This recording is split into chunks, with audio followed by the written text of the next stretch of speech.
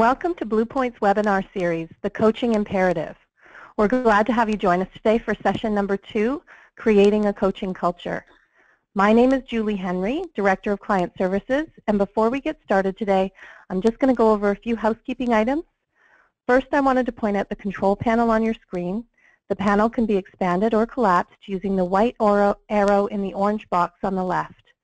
During today's webinar, you do have the choice of listening using your computer speakers, or you can dial in using your telephone. So please go ahead and select the audio type that works best for you. Once again, it is my pleasure to welcome you to the Coaching Imperative, Creating a Coaching Culture. Our guide today is Greg Thompson. Greg is a keynote speaker, author, and executive leadership coach with the passion for developing the greatness in individuals and organizations. As president of Bluepoint, Greg leads a talented group of professionals who design and deliver challenging educational experiences that accelerate the development of leaders. Greg is the co-author of several books, including The Master Coach. Welcome, Greg. Thank you very much, Julie. I'm delighted to be here with you today. It's an exciting topic for me, this idea of creating a coaching culture.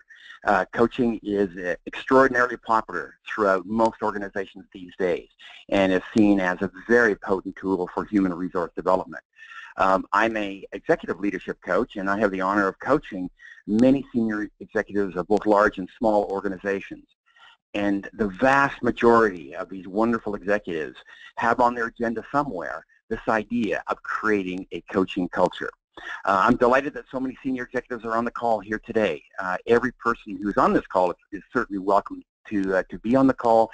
I want to let you know up front, my comments are primarily directed towards those in the C-suite, those who really sit at the top of organizations and are concerned broadly about the health of their organization. I'd like to start off just by giving you a summary of 4 big ideas around coaching.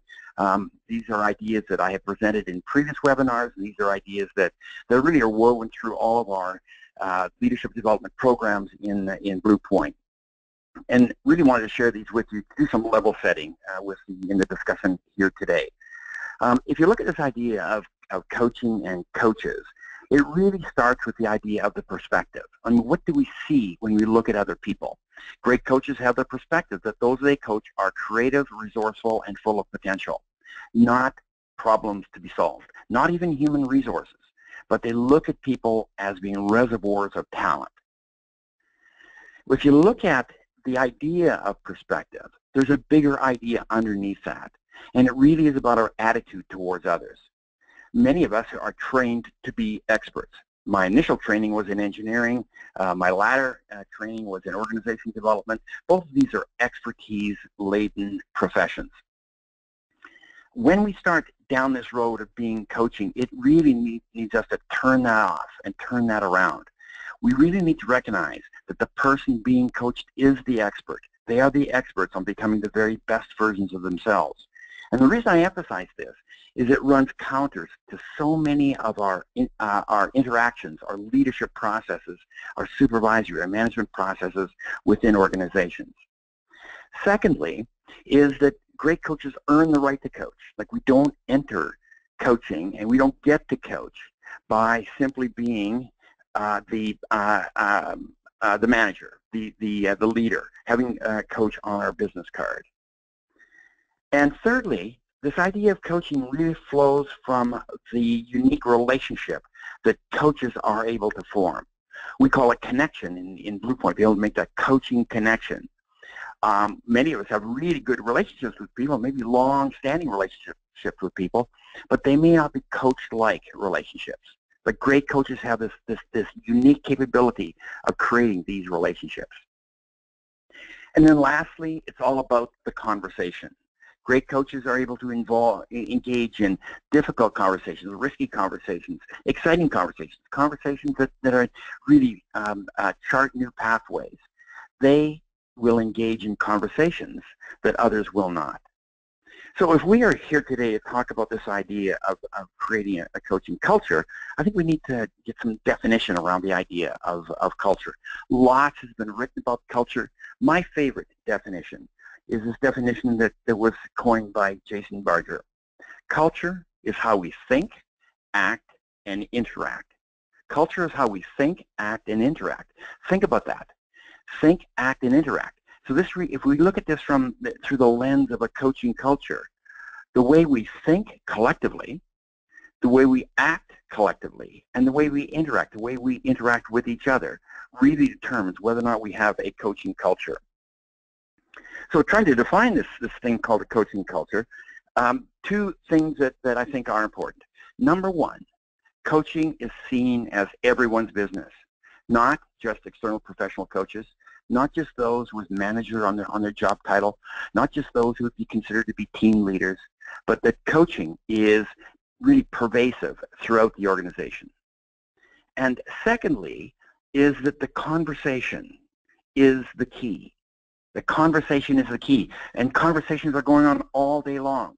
5, 10, 15, 20 conversations a day hold the potential of being a coaching conversation. So if you have a coaching culture, then you see conversations as the vehicle to increase performance, deepen learning, and accelerating development.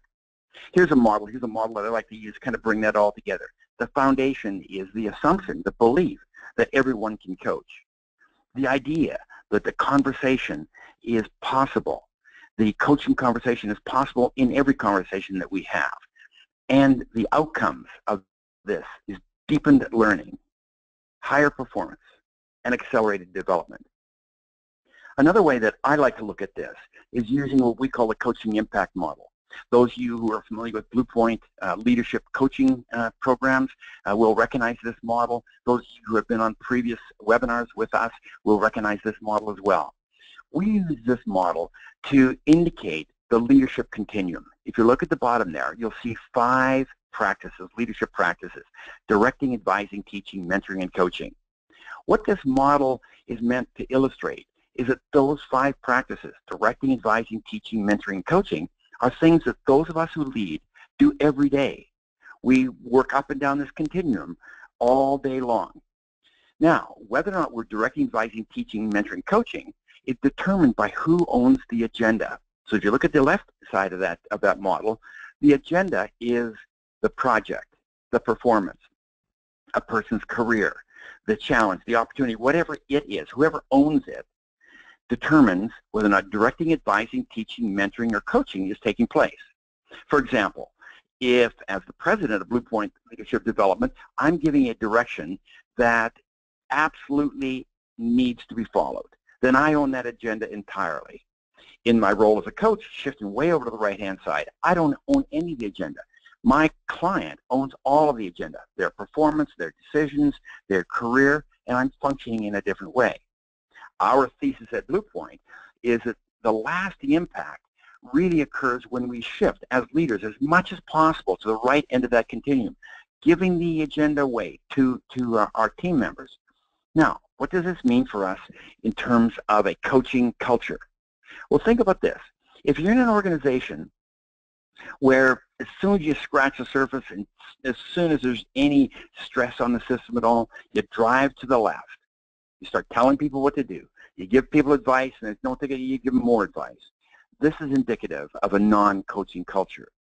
You really can tell when you are in a coaching culture is because you value the things on the right-hand side. You value driving towards being more coach-like, mentoring and teaching. That side of the continuum really holds the most value. So then when you look at this idea of culture, we all have a hand in it. We all have can influence the culture within an organization. Those of you who were on the webinar, the last session 1 webinar, will recognize this model as well. It's really about the primary focus of leadership. It's our thesis, the very top of the house, the primary focus needs to be on alignment, getting all the arrows going in the same direction. In the middle of organizations, it's really about the leader as architect, designing systems and processes that get people really highly engaged in the work. And then the team leaders at the bottom of the organization tend to be the executors. They tend to get stuff done. Their focus is on high performance, both for themselves, their colleagues, and their teams. While all 3 layers here are involved in creating the coaching culture. The reason I share this slide with you is because it really is at the most senior level that the leaders have the most influence on culture. The light you shine determines the culture. What you inspect determines the culture. What you value determines the culture. How you behave really determines the culture. Alignment, getting all the arrows going in the same direction, is really about the creation of a culture. One of the real challenges that I see with senior leaders, however, is really acting and doing as opposed to talking a good game. There's probably not a leader today in an organization that isn't talking about coaching in some way, about being more coach-like, about creating a coaching culture. And many of them are real strong advocates of this idea of creating the coaching culture. Now, the challenge is that a coaching culture and making that shift is not like most other initiatives. It's not like a lean program. It's not like a process improvement program. It's not like a re-engineering program. It's about really changing the essence, the DNA of the organization. And you cannot, as a senior leader, simply talk about it. You simply cannot be an advocate. You really have to get in the game in some way. And it is really about becoming a champion, somebody who's actually in the pit, actually in the process. Here's the comment that I hear often from senior leaders in organizations, especially ones who have seen the light and have gotten rid of their performance appraisal system. We got rid of our performance appraisal system. We asked them, our leaders, to coach. Now, why don't they coach? The frustration is palatable in my conversations with many senior leaders. Why don't they coach? We're going to explore that as we spend some time looking at this idea of coaching culture, but I want to hold that idea for the moment. I have 7 characteristics of a coaching culture that I wanted to share with you. But I also want to let you know that this is not a 10-step, 7-step program. There is no guaranteed formula for changing into a coaching culture. There is no book, there is no rule, there is no absolute. It is much more about a journey. And it really is about, it's much more important to have this deep commitment to changing the very DNA of the organization than it is to be following some 5 steps. What I have here is what we have observed in Bluepoint, our research, what we have discovered when looking at organizations that really do have a coaching culture. These 7 items, talent and high performance, are greatly valued. People are excited about their personal and professional growth potential. Leaders are seen as trustworthy, selfless, and confident. Organization members feel appreciated for their unique contributions. Well-intentioned feedback flows readily through the organization. Promises are readily made and faithfully kept, and difficult conversations are routine. This is our agenda for the day. I'm going to spend a little bit of time speaking about each one of these items, and hopefully when you put all 7 together, you're able to start painting this image, this picture, this portrait of what it would be required in your organization for you as a senior leader to really shift and to move on to a new pathway, a pathway towards building a coaching culture. The first element is this idea of talent and performance as being really greatly valued within the organization. If you're like me and you have listened to what people say about their organizations over the last 30 years, I must have heard this statement 1,000, 2,000, 3,000 times. Human resources are our most important asset. Is that really true for you? Is it really true? And here's a test. If you look at most organizations, well, what we invest in, what we really value, is really evident by what happens within the system, within the organization. Here's the question. Are you really willing to pay the price? Like if you believe that talent and high performance are greatly valued, are you really willing to pay the price? And are you willing to make that significant investment in skill development and measure the returns? So here's the evidence. In organizations, we measure what we value. We measure what we value. Look at your organization. You probably measure margins, sales, profit, prospects, marketing programs, response rates. We measure what we most value. Are you measuring the investment in talent that you're making? Are you measuring the resulting high performance from that investment? If you're not measuring it, my guess is that's an indication that you really do not value it as much as you value margins, sales, profits. Number 2, people are excited about their personal and professional growth potential. You can tell a lot about an organization when you listen to what people are saying about their futures, their careers, their opportunities within the organization. I can tell a lot about an organization within the first 10 minutes in a conversation with a few people about that organization. Because when they're excited about the future, when they're excited about their own place in that future, when they're excited about their personal and professional potential, then that is an indication of a coaching culture. This definition of coaching may seem a little bit odd to most of you, but I really believe that coaching is an act of faith in another person.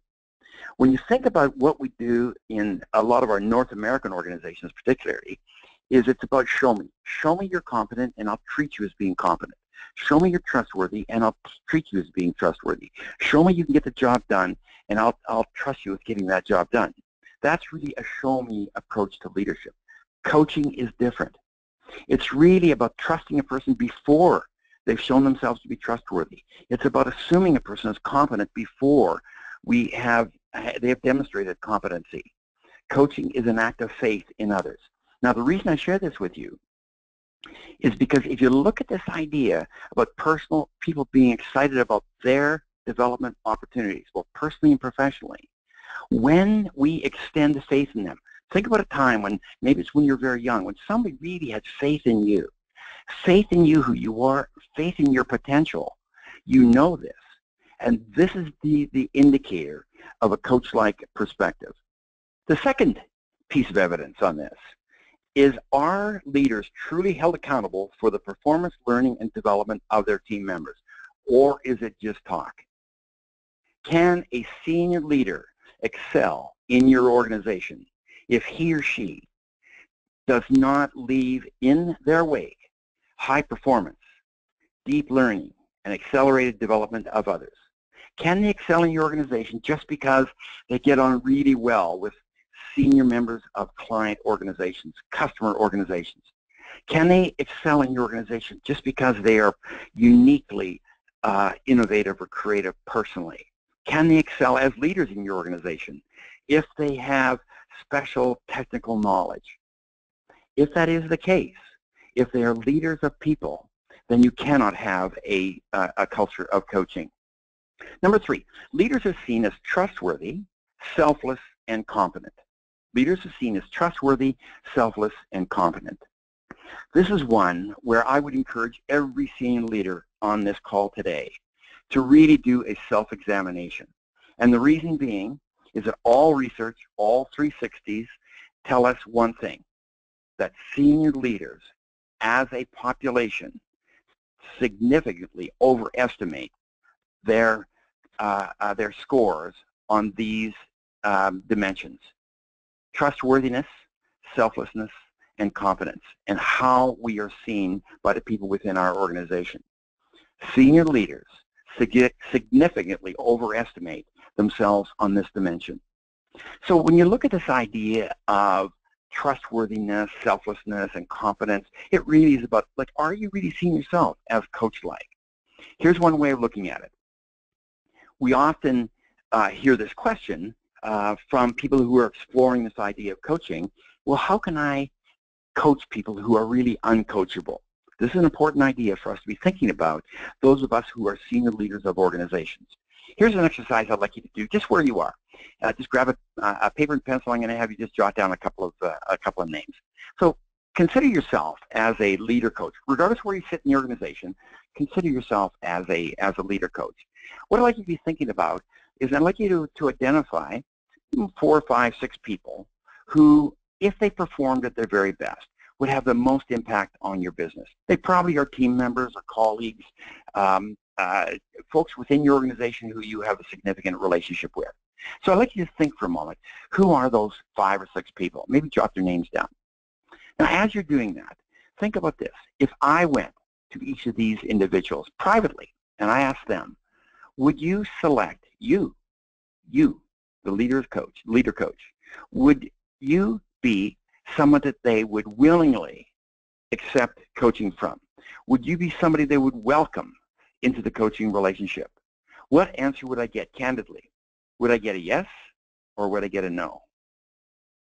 Think about each one. Now, here's the key. If I went to the Cheryls and Georges and asked them, why weren't they taking, why wouldn't they taking coaching from you? My guess is their perspective would be, you have not earned the right to coach them.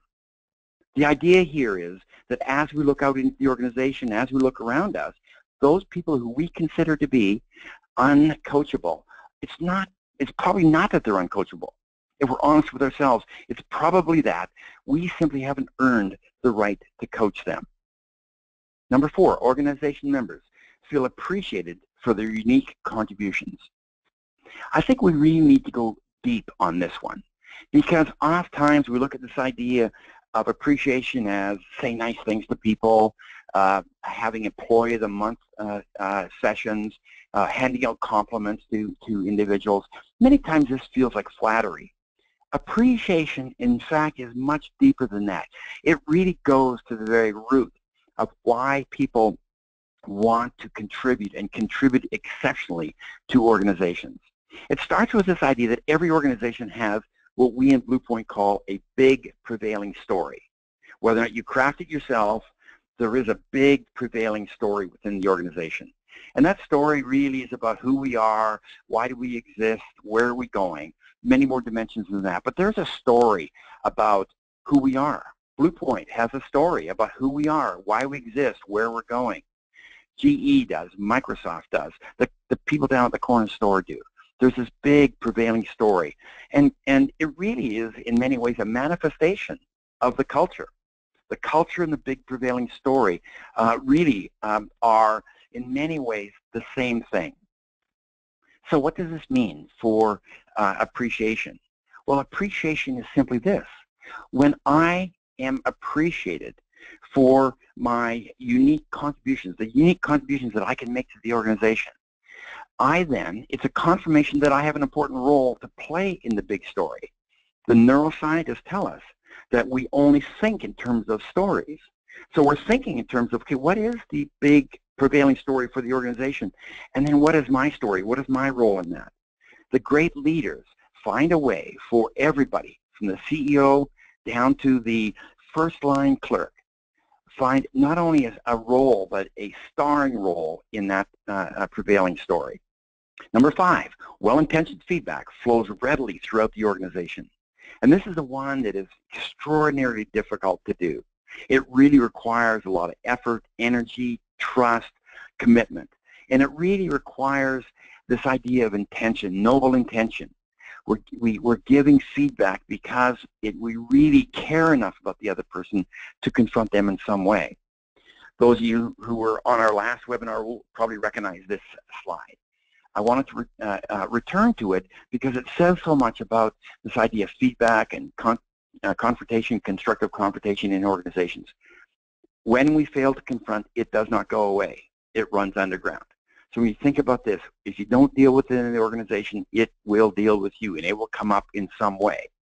Here is the problem. What we do in organizations is we go out and we have these training programs on how to deliver effective feedback.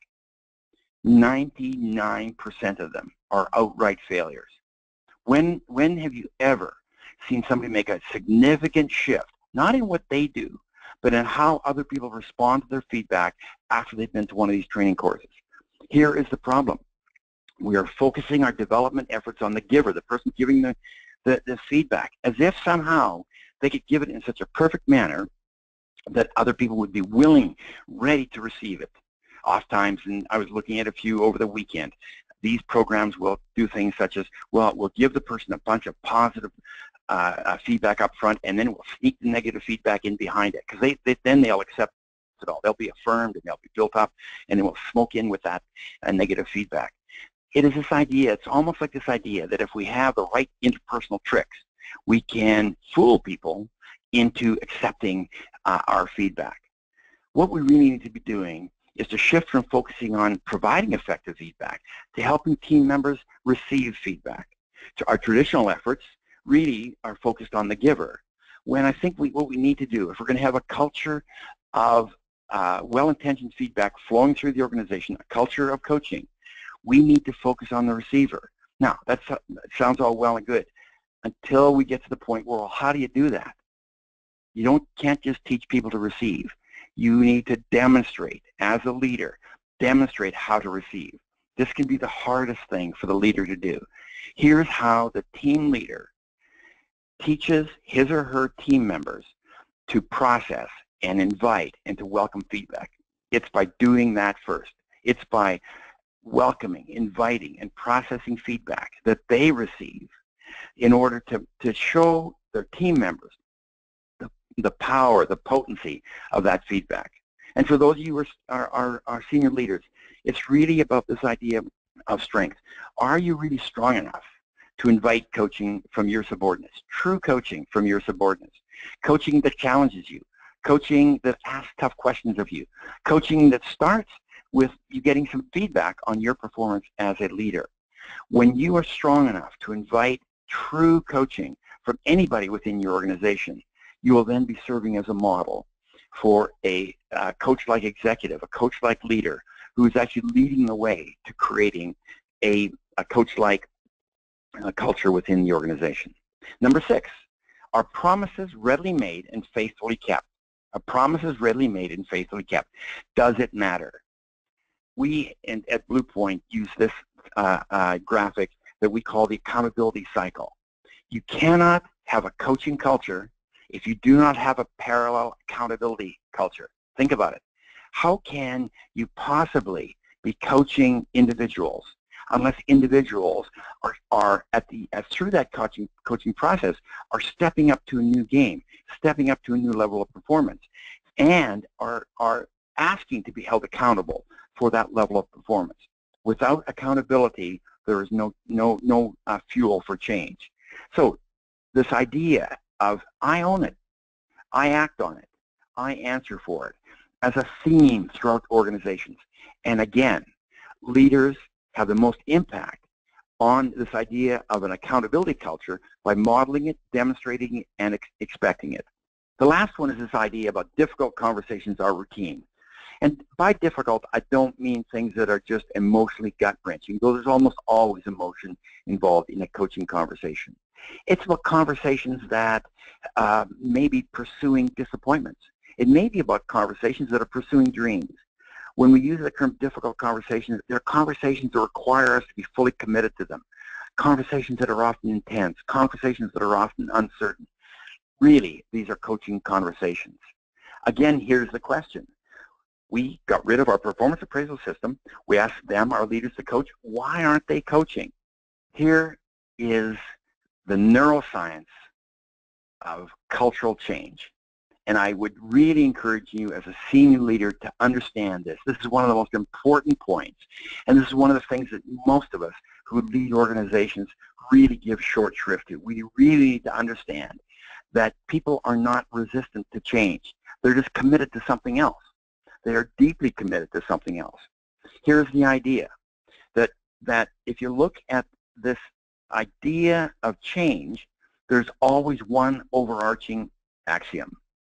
Fear always trumps satisfaction. One of the problems we have in organizations is we go right to the satisfaction piece.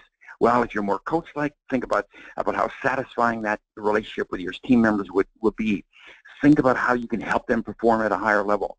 Think about how you can get everybody in the organization engaged and more aligned and more committed to the outcomes that we all share, how you can get your team to be more innovative, how you get people to really see you as a great leader. All things that focus on the satisfaction, the positive outcomes of coaching, and they're all true. They're all true. The problem is they're not strong enough. At work, our greatest fears I believe, are being seen as incompetent. We may phrase it differently, but none of us wants to look like we don't know what we're doing.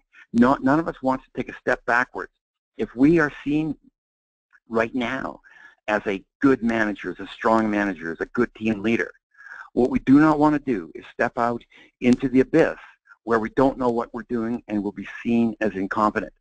The neuroscientists tell us that two really big issues that we will avoid at all costs will be shame and humiliation. Now, these may be overstated on this slide, but to some degree, all of us will do almost anything we can to avoid this idea of shame and humiliation. We will not step out into a new world. We will not step out into this new dimension of coaching and cultural change if we think we are going to be incompetent. You cannot create a culture of coaching until you have equipped leaders at all levels to master the art of coaching. And candidly, it is not that difficult. It is not that difficult. Much of coaching really flows from the natural way that humans like to interact. Much of coaching really flows from the things that we have learned in our families and early in our careers and learned from great leaders. It's really about being intentional around certain practices and really about checking our attitude towards other people. If we look at this idea of equipping leaders at all levels to master the art of coaching, I'm oversimplifying here a bit, but there really are two areas of focus. Number one, and this is the place that most coaching programs fall down on, it's really about teaching others to be a coach, not just do coaching. Too many of our programs have this, okay, do this, do this, do this, do this, and you'll be a great coach. And it really doesn't work that way. You need to be welcomed into the coaching relationship. You really need to earn the right to coach before you can start walking down that step-by-step road. And then secondly, we really need to equip leaders with coaching tools. There are wonderful tools out there. In Bluepoint, we group these into three baskets. Potential coaching questions. And we have this tool, and many of you on this call have been participated in our Leaders Coach programs. You get this tool called the 60 Big Questions. Pathways and interventions are two new tools that we've introduced. Potential pathways are essentially areas that you might pursue as a coach. Maybe the person's selling themselves short. Maybe the person is spending too much of their energy blaming other people. Maybe the person's not using all the talents that you think they can use, and is sharing those perspectives, helping the person you're coaching walk down a unique, very fertile pathway. Then maybe it's an intervention. Maybe it's some feedback they need in the moment. Maybe it's helping them reframe their view of their world or their leadership or their contribution or their potential. Maybe it's that kind of an intervention. And so whatever training program you used to equip your leaders to be coach-like, number one, I would really encourage you to think about this idea of helping them become a coach, see themselves as a coach, act like a coach, and then equip them with the tools they can use to immediately have an impact in their organization. Here are the three dimensions that we use in Bluepoint to help people think about their development as a coach. And we see these as the timeless meta models that people need to consider when they're looking at coaching. First of all, is this idea of character. It's really about how they earn the right to coach. Two elements, noble values. We all have different values, but great coaches tend to share what we call these things called noble values. Integrity, sacrifice, interest in the development of others. And then secondly, this idea of noble intention. And noble intention is key in coaching. It is this idea that whatever I do in the coaching conversation is all about helping the other person. Now, you'll have conversations with your subordinates and your peers and your boss that where you are not in a coach-like mode. You are actually having a conversation with this person. It's about them needing to change for the good of the team, for the good of the organization. And that might be a different kind of managerial conversation. Important to have that as well. Important to try to shift that as quickly as you can, to pivot towards having the coach-like conversation. But when we're in the coach-like conversation, our values need to be evident, and our intention needs to be evident. The second element is this idea of being able to make connections, rapidly make connections with other people. If the master coach can make a connection with somebody else in 5 or 10 minutes, a connection that really invites people in to having this unique conversation, a conversation about aspirations, a conversation about poor performance, a conversation about unused talents, a conversation about things that are possible for the person being coached that they can't even see in themselves. These 7 characteristics of a coaching culture are not meant to be a formula. They're not meant to be a step-by-step or even a checklist of the things, the actions that you need to take. I'd really encourage you to consider them, especially if you're a senior a leader of an organization that wants to make a shift towards a coaching culture, that you use these as really a backdrop against which you plan your personal agenda. What are you going to do as a leader? How are you going to make a significant contribution to this idea of creating a coaching culture? I often hear the term, I'm going to drive a coaching culture throughout the organization. Well, good luck. I mean, if that language means something to you and it really inspires your organization, I would really encourage you to continue to use that. I do find, however, that kind of language really doesn't inspire people. As a leader, as a senior leader in an organization, I really believe it to be something that you personally need to articulate. Personally, you need to grow and nurture. It's really much more about planting seeds and nurturing those seeds and giving those seeds the water and fertilizer and sunshine that they need to grow. The cool thing about a coaching culture is that when individuals in the organization understand really what it means to them, people rarely resist because it is all about them. It is all about them helping them perform at their very best, get excited about their work, learn, grow, and develop, and become the very best version of themselves. So it's the idea of creating a coaching culture really starts with what are you as a senior leader prepared to do? What are you prepared to learn? What are you prepared to invest? What are you prepared to risk? What are you prepared to sacrifice? This is not like any other kind of re-engineering, lean, process improvement program that is very systems-based. This is really a program that is leadership-based. I'll leave you with one final question. I have this wonderful opportunity to look inside dozens of organizations every year. And I often ask senior leaders this one question, and when I meet with senior executive teams, I often close the session I do with them with this one question. And for many, it's really a haunting question. It's a bit of a jaw-dropping question for many of us.